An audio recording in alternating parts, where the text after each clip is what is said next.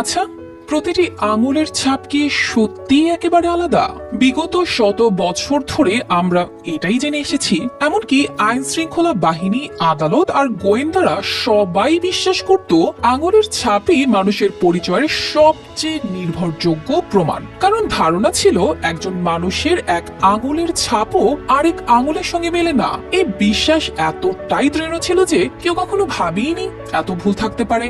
কিন্তু ঠিক এখানেই চমক দেখালো কৃত্রিম বুদ্ধিমত্তা এআই। সম্প্রতি এক গবেষণায় দেখা গেছে আঙুলের ছাপে এমন কিছু মিল থাকতে পারে যা আমাদের চোখে ধরা পড়ে না, কিন্তু এআই ঠিকই বুঝে ফেলে। আরো বিস্ময়ের বিষয় হলো 1400 বছর আগেই কোরআনে আঙুলের এই সূক্ষ্ম ডিজাইনের কথা ইঙ্গিতপূর্ণভাবে বলা হয়েছিল।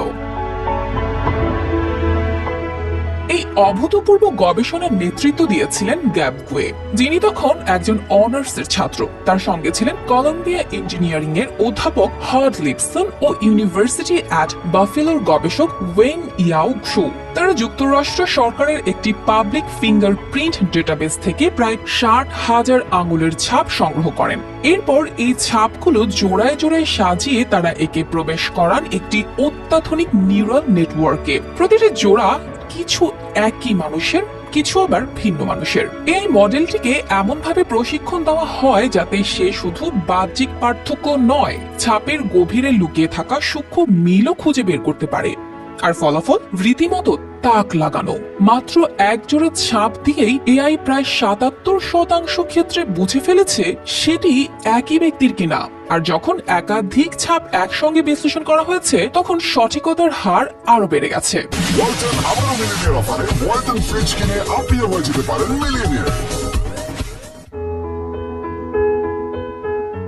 এই গবেষণার আরো চমকপ্রদ দিক হলো এআই দেখতে পেয়েছে আমাদের চোখে একদম আলাদা মনে হলেও ভিন্ন মানুষের ছাপের মাঝেও থাকতে পারে কিছু মিল।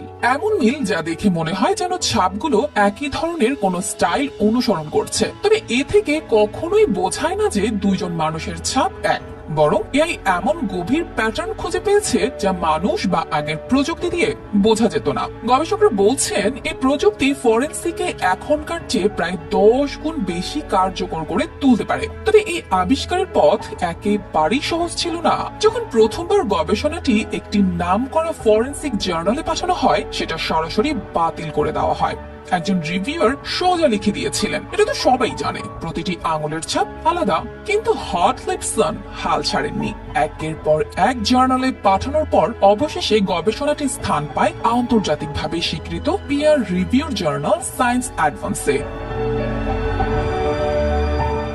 বলা হয় যেখানে বিজ্ঞান থামে কোরআন সেখানেই আলো দেয়।